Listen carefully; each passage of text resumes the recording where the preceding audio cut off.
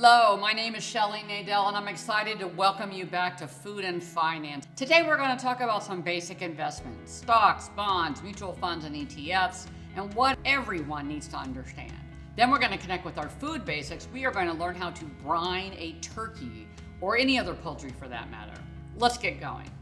Okay, to understand your investments, say in your retirement account, we need to start at the beginning with the building blocks of what we call securities, just like salt is the building block for almost every recipe that we're going to be doing. The types of securities include stocks, also called equities, and bonds, also called fixed income. Stocks give you partial ownership in a company, and bonds are a loan you make to either a government or corporate entity. Stock shares can receive dividends or corporate profits, while bonds will offer you interest or a coupon. Now here's a fun fact as I get our turkey ready to get started. Coupon refers to a piece of paper that was stapled to the back of a bond, before we had to walk uphill both ways to get to school and before we had electronic trading.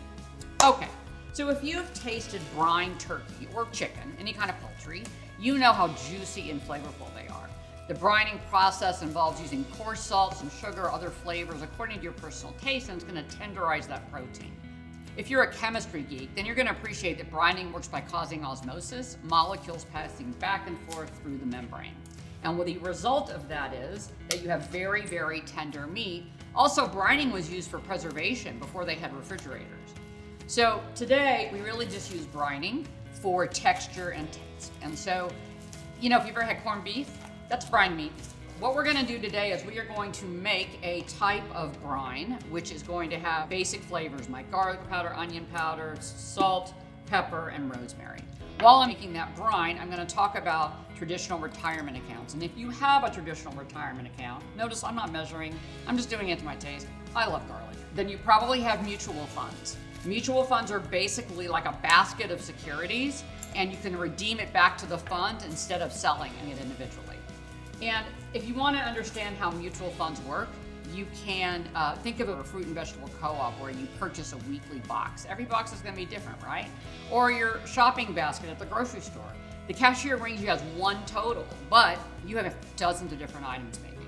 Exchange traded funds, or ETFs, resemble mutual funds in that they include large numbers of holdings, but the key difference is that an ETF, you can buy and sell it like a stock, whereas a mutual fund, you have to redeem a share if you want to sell it. There are two types of brining, liquid or wet brining and dry. Simplest liquid brine is salt and water, but you can use any liquid almost, wine, beer, apple juice.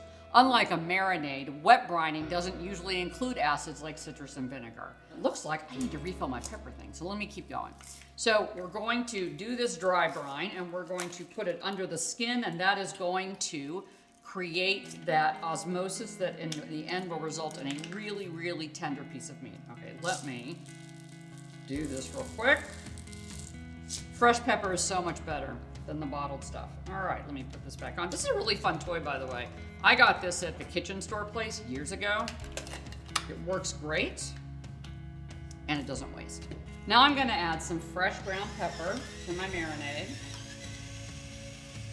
Pepper is not something I use all the time, but you want the contrast with the salt. Educating clients about their retirement accounts is a key part of the financial planning process. We can't develop a strategy until we really understand what people have. So as I'm talking about a client of mine named Julie, notice I am pulling the skin away from the meat. It's a little harder on drumsticks, but I do love drumsticks. When I was a kid, we used to fight over the two drumsticks in the turkey.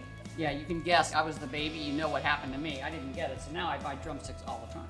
Julie is an energy executive. She's 55, she's single, doesn't have any kids or any heirs to speak of. Julie had a large retirement account from her previous employer, but she really had no idea what she owned. So we spent quite a bit of time with Julie, several meetings talking about what she had, not what we were gonna do, but what she actually owned.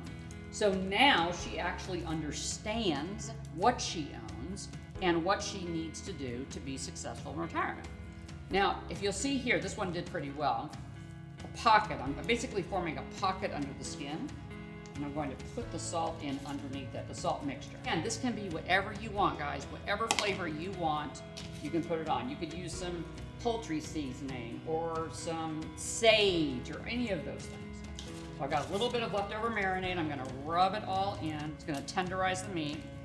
And then what I'm gonna do is I'm going to put this in the refrigerator for about 4 hours. And if you're dry brining, you wanna elevate the meat, like on a rack maybe, like a cooling rack for baking, elevate it off the shelf. So you want the air to circulate all around, and that's what's going to help the brining process, and it's gonna help make really crispy skin at the end of this process. And I'm going to now put these in the refrigerator outside. I'll come back after we've actually cooked them, and the kitchen's gonna smell amazing, and we'll wrap up and taste some of our brine turkey. Hey, I wish you guys could smell what my kitchen smells like right now. It is so good. It smells just like Thanksgiving, but the beauty is you can have these any time of the year.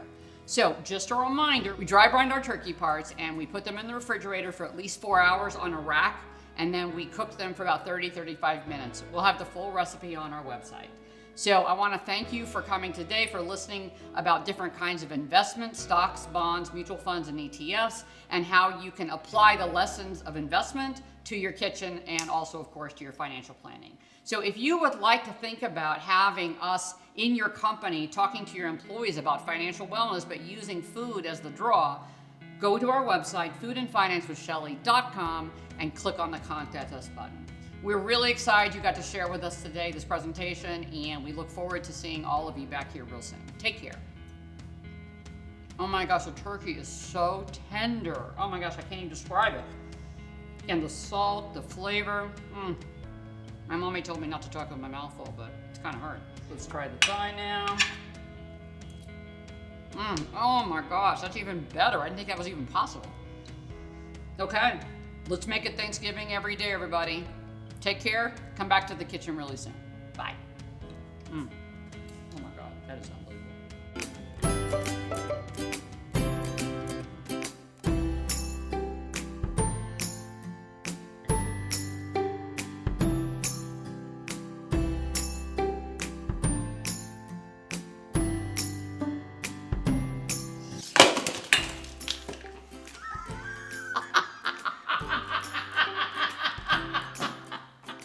Clearly we've made a mess here. It's okay to make a mess when you're cooking. Don't make a mess of your money. Talk to someone.